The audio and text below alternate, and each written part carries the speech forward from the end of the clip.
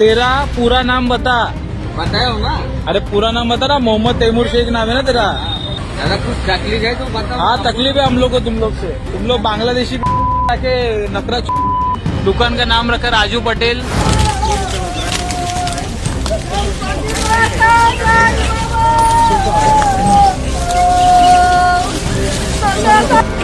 जो बुरे लोग हैं वो कभी भी किधर भी उनका बुरी नज़र रहती है वो करते रहते, लेकिन उसके लिए हम अगर डर के बैठते तो इनका टेररिज्म बढ़ते जाएगा, इसलिए डरने की बात नहीं।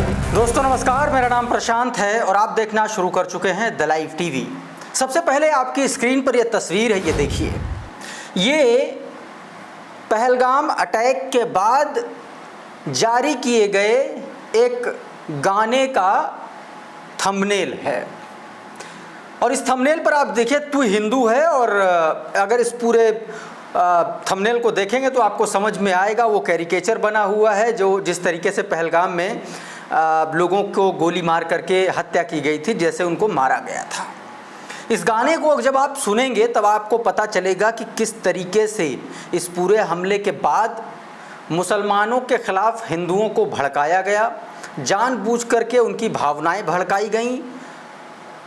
बतौर आप ये समझिए, बजाय कि आतंकियों पर एक्शन होने के, पाकिस्तान के ख़िलाफ़ एक्शन होने के, इस देश के मुसलमानों को ही गुनहगार ठहराने के इरादे से इस तरीके का गाना तैयार किया गया। और ये आप YouTube पर जाएंगे तो आपको ये दिखेगा और समझ में आएगा। अब दोस्तों, इस गाने के बाद किस तरीके की चीज़ें हुई, किस तरीके की चीज़ें बढ़ रही हैं, वो आप सभी को पता है। एक और देखिए, ये पोस्टर सकल हिंदू समाज नाम का ये पोस्टर है और ये वही सकल हिंदू समाज है जिसने बीते दिन एक मुस्लिम महिला के नमाज पढ़ने के बाद उस जगह को, उस स्थान को गंगा जल से और गौमूत्र से धोने का काम किया था। ये वही सकल हिंदू समाज है दोस्तों। अब इसने सीधे तौर पर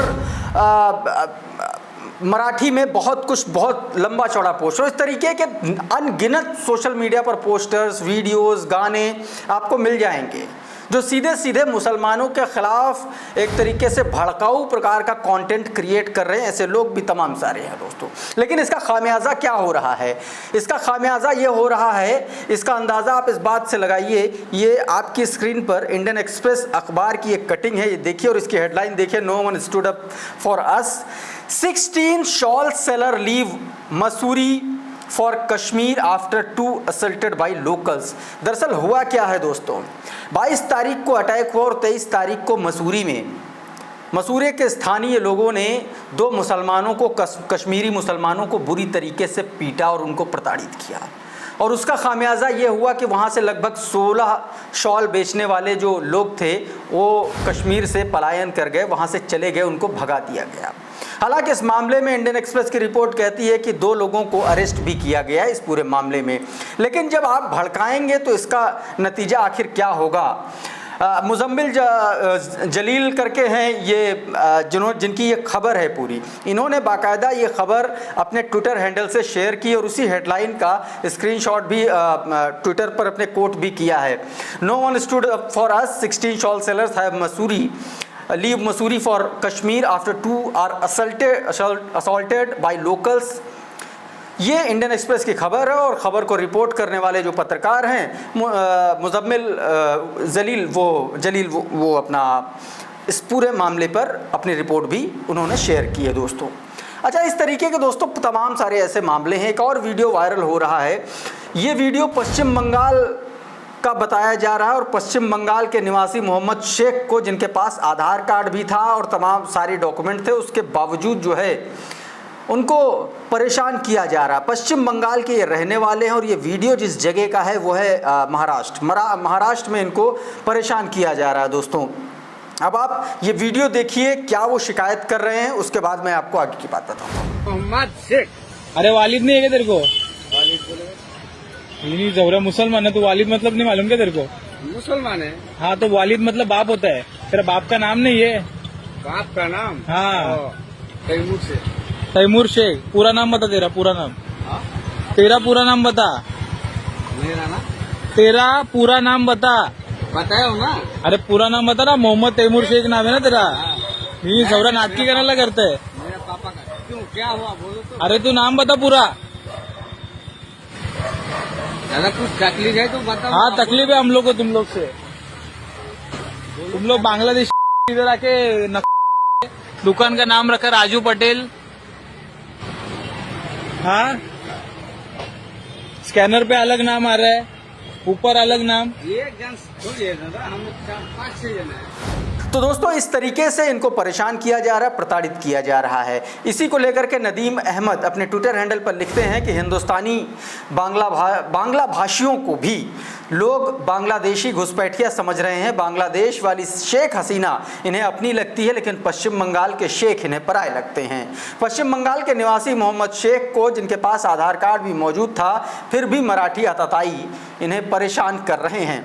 इस तरीके की तमाम सारी खबरें हैं दोस्तों। चंदोला आपने वो इलाका सुना होगा जहां बीते दिन बुलडोज़र चला था, गुजरात नगर निगम का, अहमदाबाद नगर निगम का। सैकड़ों की तादाद में वहाँ बुलडोज़र डम्फर गए थे और ऐसा मतलब पुलिस प्रशासन के लोग थे। अगर आप ड्रोन शॉट वो देखें तो आपको समझ में आएगा कि किस तरीके से वहाँ पर पुलिस लगाई गई थी, प्रशासन लगाया गया था। अब उसके बाद BBC की एक रिपोर्ट सामने आई है जिसमें लोगों ने अपनी पीड़ा बताई है।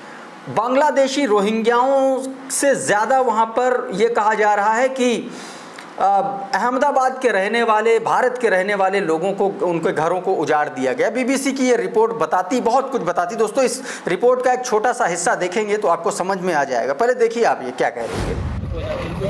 पुलिस चौकी में बंद कर दे छे, हमें लोगों बंगाली पण नहीं, हमारे पास बद्दा पुरावो छे। हमारे को धोखा कर रहा है हमारे साथ। तमें इंसाफ अपाओ हमें लोगों ने कि हमने कहीं घर वर मरे साहब जी का हम क्या करेंगे? अभी कब से धूप में फिर रहे, पानी नहीं है, कुछ नहीं है। जो बांग्लादेशी है उन्हीं को डिटेन किया गया है। तो दोस्तों इस तरीके से आप कह सकते हैं कि प्रताड़ित किया जाए, लेकिन दूसरी तरफ और भी तमाम सारे लोग हैं। बीते दिनों कश्मीर में एक हिंदू महिला का स्वर्गवास हुआ। ये मेरे ख्याल से इसी महीने की 7 या 8 तारीख की घटना बताई जा रही है और आज तक की ये खबर है। ये आज तक का रिपोर्ट है। आज तक के जो रिपोर्टर्स हैं, डिजिटल में रिपोर्टर्स डायरी करके वो अपने वीडियोस डालते हैं, उन्हीं का ये रिपोर्टर हैं और उन्होंने ही ये रिपोर्ट की है। उसमें बताया गया कि कैसे पुलवामा की रहने वाली कश्मीरी पंडित रानी जिनकी डेथ हो गई, उसके बाद उनके गाँव के मुसलमानों ने ही उनका अंतिम संस्कार किया। न सिर्फ अंतिम संस्कार किया बल्कि उनकी अंतिम यात्रा में हिंदू देवी देवताओं से जुड़े नारे भी लगाए। तो ये देश है, ये हमारा देश है जिस तरीके से लोग यहाँ पर मिलजुल कर रहते हैं। लेकिन आप ये समझिए कि किस तरीके से नफरत पैदा की जा रही है, बल्कि सच्चाई क्या है आप इस वीडियो में भी देखिए दोस्तों। इसके अलावा भी और तमाम सारे ऐसे वीडियोज़ हैं। सोहित मिश्रा NDTV के पत्रकार रहे हैं, महाराष्ट्र बहुत अच्छे से कवर करते हैं। आज की तारीख में अपना डिजिटल प्लेटफॉर्म अपने नाम से ही चलाते यूट्यूब चैनल। ये इस वक्त पहलगाम में है। पहलगाम में टूरिस्ट वहाँ पर ज़बरदस्त तरीके से आ रहे, एक मैसेज देने की कोशिश कर रहे हैं। मतलब आप ये कह सकते हैं कि टेररिस्टों को टूरिज़्म से जवाब देने की कोशिश कर रहे हैं। ये टूरिस्ट तमाम सारे लोग अलग अलग राज्यों से आए हैं और वो यही संदेश देने की कोशिश कर रहे हैं कि आप यहाँ पर आइए। लेकिन है क्या, भारत ने लगभग 38 से ज़्यादा टूरिस्ट स्पॉट जो है बंद कर दिए हैं निश्चित काल के लिए। अच्छा, सोहित मिश्रा जब गए वहाँ पर तो वो किस तरीके से वहाँ पहुँचे हुए जो पर्यटक हैं वो क्या कह रहे हैं वो सुनिए, और उसके बाद सोहित मिश्रा का क्या कहना है वो मैं आपको बताऊंगा। टेररिज्म को अपने को जो जवाब देने का है तो अपना टूरिज्म इधर बढ़ना चाहिए। तो इधर टूरिज्म बढ़ेगा तो इधर के लोगों को बिजनेस मिलेगा, वो अपना सुख शांति से इधर रह सकते हैं। हम नहीं डरेंगे। कश्मीर अपना पिछले 77 साल से हमने इसे संभाल के रखा है, हम किसी को नहीं दे सकते। ऐसी छोटी मोटी जो घटनाओं से हम डरने वालों में से बिल्कुल है ही नहीं। जो बुरे लोग हैं वो कभी भी किधर भी उनका बुरी नज़र रहती है, वो करते रहते, लेकिन उसके लिए हम अगर डर के बैठते तो इनका टेररिज्म बढ़ते जाएगा, इसलिए डरने की बात नहीं। तो दोस्तों इस तरीके से पर्यटकों ने बहुत गहरे मैसेजेस भी दिए पूरी सोसाइटी को। अब यही वीडियो शेयर करते हुए सोहित मिश्रा लिखते हैं, पहलगाम हमले का जवाब पर्यटन से। पहलगाम में तिरंगा लेकर आ रहे लोग शायद यही जवाब देना चाहते हैं कि वो दहशतवादियों के मंसूबों को कामयाब नहीं होने देंगे। पहलगाम में मौजूद ड्राइवर, स्थानीय लोग भी पर्यटकों का स्वागत खुले बाहों से करते नजर आ रहे हैं। ये उन्होंने छोटा सा हिस्सा लगाया है वीडियो का और उसको अपने उन्होंने यूट्यूब चैनल पर पूरी इसको रिपोर्ट भी दिखाई है दोस्तों। इतना ही नहीं, बीते दिनों महाराष्ट्र की कुछ महिलाएं, कुछ लड़कियां वहां पर गई थीं, कश्मीर गई थीं, और किस तरीके से कश्मीरियों के साथ उनका जो बातचीत था, किस तरीके से मौज मस्ती करते हुए नज़र आ रहे हैं, ये भी अपने आप में दिखलाई पड़ता है कि जो कश्मीर इस वक्त नफरती चिंटू दिखाने की कोशिश कर रहे हैं, दरअसल वो कश्मीर की असलियत नहीं है। कश्मीर की असलियत ये है जो अभी आप अपनी टीवी स्क्रीन पर देख रहे हैं। ये छोटा सा वार्तालाप है लड़कियों का एक लड़के से, वो आप देखिए। हाय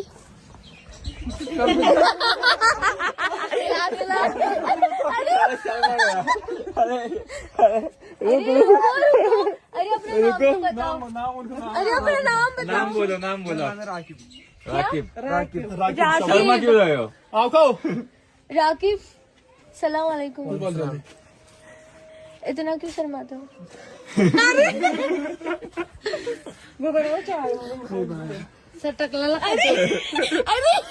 आप हटो ना सामने से। मेरे पीछे जाता है ये।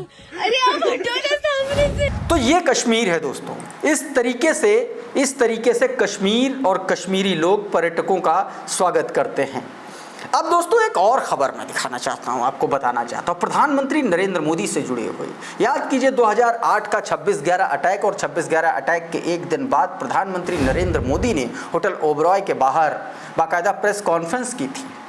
मैं ये बात दोस्तों इसलिए आपको कह रहा हूं क्योंकि जब कोई सवाल कर देता है, जब विपक्ष सवाल करने लगता है, तो भारतीय जनता पार्टी और उनके चेले चपाटे ये कहने लगते हैं कि ये देश, इस वक्त का जो समय है वो सरकार के साथ खड़े होने का समय है। लेकिन भाजपाई ही शायद वो समय भूल गए जब देश में कांग्रेस की सरकार थी और भारतीय जनता पार्टी, जो आज की तारीख में प्रधानमंत्री नरेंद्र मोदी हैं, गुजरात के मुख्यमंत्री हुआ करते थे, उस वक्त उन्होंने प्रेस कॉन्फ्रेंस की थी केंद्र सरकार के खिलाफ। अब इसी पर सुप्रिया श्रीनेत ने उस वक्त का के वीडियो का, प्रधानमंत्री मोदी का एक स्क्रीनशॉट, जब वो मुख्यमंत्री थे वो, और भाजपा ने किस तरीके से उस हमले को प्रचार में इस्तेमाल किया, उसका एक कटआउट वोट फॉर बीजेपी वाला, वो दोनों डालते हुए उन्होंने कुछ लिखा है। जो लिखा है वो आपको देखना चाहिए, आपकी स्क्रीन पर है।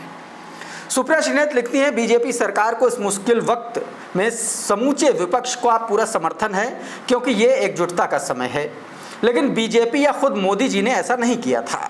26/11 मुंबई आतंकी हमला एकजुटता की घड़ी थी। 2 दिन बाद 28/11 को तत्कालीन गुजरात मुख्यमंत्री मोदी जी ने जिस ओबरॉय ट्रेडेंट होटल पर आतंकी हमला हुआ था उसके बाहर प्रेस कॉन्फ्रेंस की थी और प्रधानमंत्री राष्ट्र के नाम संदेश को निराशाजनक बताया था। उसी दिन बीजेपी ने अखबार के पहले पन्ने पर आतंकी हमले का हवाला देते हुए विज्ञापन दिया जिसमें वोट मांगा गया था।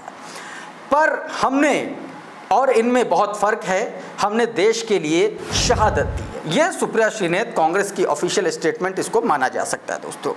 अच्छा, ये सब हो रहा है, दूसरी तरफ मीटिंग कर रहे हैं प्रधानमंत्री, जल सेना, वायुसेना, नेवी, तमाम सारे लोग, थल सेना अधिकारियों के साथ मीटिंग कर रहे हैं, रक्षा मंत्री, एनएसए, सबके साथ। लेकिन एक और तबका है जो जिसका अलग ही राग है।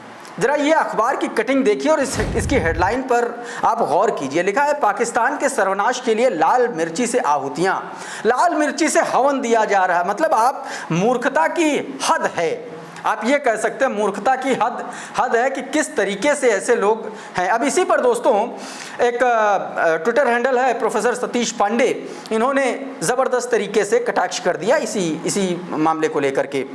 इन्होंने इस कटिंग को शेयर करते हुए लिखा कि अगर ऐसे मूर्खों के तंत्र मंत्र, टोने टोटके से ही पाकिस्तान को नेस्तनाबूद किया जा सकता है तो फिर हमारी सेनाएं क्या भाड़ में झोंकने के लिए हैं। इस मतलब बहुत ज़्यादा हार्श तरीके से ये लिखते हुए नज़र आ रहे हैं दोस्तों। अब इसके आगे की आपको बात बताऊं कि किस तरीके से रूबिका लियाकत का पाकिस्तान प्रेम छलका है, उसकी आपको सच्चाई बताता हूँ। लेकिन उसके पीछे की पहले पृष्ठभूमि बता दूँ दोस्तों।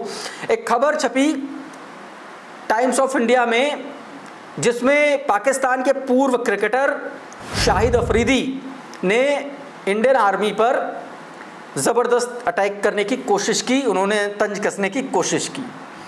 और उस खबर में छपा, उसमें उन्होंने इंडियन आर्मी को नालायक बोला था। नालायक हो, निकम्मे हो, farmer Pakistan cricketer blames Indian army for Pahalgam terror attack. ये हेडलाइन है दोस्तों टाइम्स ऑफ इंडिया की। और इस पर शिखर धवन ने जवाब देते हुए, इसी अखबार के इसी बयान को जवाब देते हुए, शाहिद अफरीदी के बयान को जवाब देते हुए, उन्होंने उस टाइम्स ऑफ इंडिया की खबर को शेयर करते हुए अपने एक्स हैंडल पर लिखा कि कारगिल में भी हराया था, ऑलरेडी इतना गिरे हुए हो और कितना गिरोगे, बेवजह कमेंट पास करने से अच्छा है अपने देश की तरक्की में दिमाग लगाओ शाहिद अफरीदी। हमें हमारी इंडियन आर्मी पर और गवर्नमेंट पर पूरा भरोसा है, भारत माता की जय। जवाब दिया, अच्छा जवाब दिया शिखर धवन ने। अब इसी को लेकर के शिखर धवन पर कमेंट किया फिर शाहिद अफरीदी ने, और शाहिद अफरीदी ने एक मग लेते हुए अपनी फ़ोटो जारी की जिसमें उन्होंने कहा कि चुराओ जीत हार को, आओ तुम्हें चाय पिलाएं हम शिखर। एक तरीके से उन्होंने कहा कि तुम हमसे जीते नहीं हो, तुमने जीत चुरा ली है, इस तरीके से आरोप लगाया। अच्छा, इसी पर रूबिका लियाकत कमेंट करके, इसी शाहिद अफरीदी के इसी कमेंट पर, इसी कोट पर कमेंट करके रूबिका लियाकत फंस गई। इन्होंने एक कमेंट किया शाहिद अफरीदी के उसी बयान को लेकर के, जिसमें इन्होंने कहा कि मग खाली है, बगैर पानी चाय नहीं बनती, अफरीदी जी। अफरीदी जी लिख रही हैं उनके लिए, उस आदमी के लिए अफरीदी जी लिख रही हैं जो व्यक्ति इंडियन आर्मी पर सवाल उठा रहा है, इंडियन आर्मी को अभद्रता भरे शब्दों से उसके लिए अभद्र शब्दों का इस्तेमाल कर रहा है दोस्तों। अब इसी पर दोस्तों रूबिका लियाकत को एक ट्विटर यूज़र हैं दीपक सिंह, उन्होंने सवाल उठा दिया। उन्होंने कहा कि देख रहे हो इनका पाकिस्तान प्रेम अफरीदी जी, जिसके आगे छी लगाना चाहिए आंटी उसके आगे जी लगा रही हैं। तो इस तरीके से अफरीदी को कमेंट करके रूबिका लियाकत फंस गई और सीधे तौर पर छोटी सी, मतलब आप ये कहेंगे इतनी भारी भरकम शब्दावली के बाद जी लगा दिया, और वहीं पर जो है इस ट्विटर यूज़र ने यहीं से रूबिका लियाकत पर सवाल उठा दिया दोस्तों। एक और तस्वीर मैं आपको दोस्तों दिखाता हूँ, क्योंकि तमाम सारे गोदी एंकर, जब चूँकि रूबिका लियाकत की बात हो रही तो तमाम सारे ऐसे गोदी एंकर हैं जो आज की तारीख में यूट्यूब पर आकर के क्रांतिकारी बन गए हैं, और उसी की फहरिस्त में आते हैं शुभांकर मिश्रा।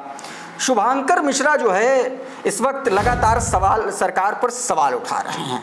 अच्छी बात है, सवाल उठाना अच्छी बात है, यानी कि बड़े से बड़े भक्त इस दौर में आज की तारीख में प्रधानमंत्री नरेंद्र मोदी पर सवाल उठा रहे हैं। क्या सवाल उठा रहे हैं उसको लेकर के अनामिका एक ट्विटर यूज़र हैं, वो लिखती हैं कि मेन स्ट्रीम मीडिया तो ऐसे चैनल से ही अच्छे हैं, ऐसे चैनल मतलब मेन स्ट्रीम मीडिया से ऐसे चैनल ही अच्छे हैं, सवाल पूछने की हिम्मत दिखा रहे हैं, थू है देश की बिकी हुई मीडिया पर।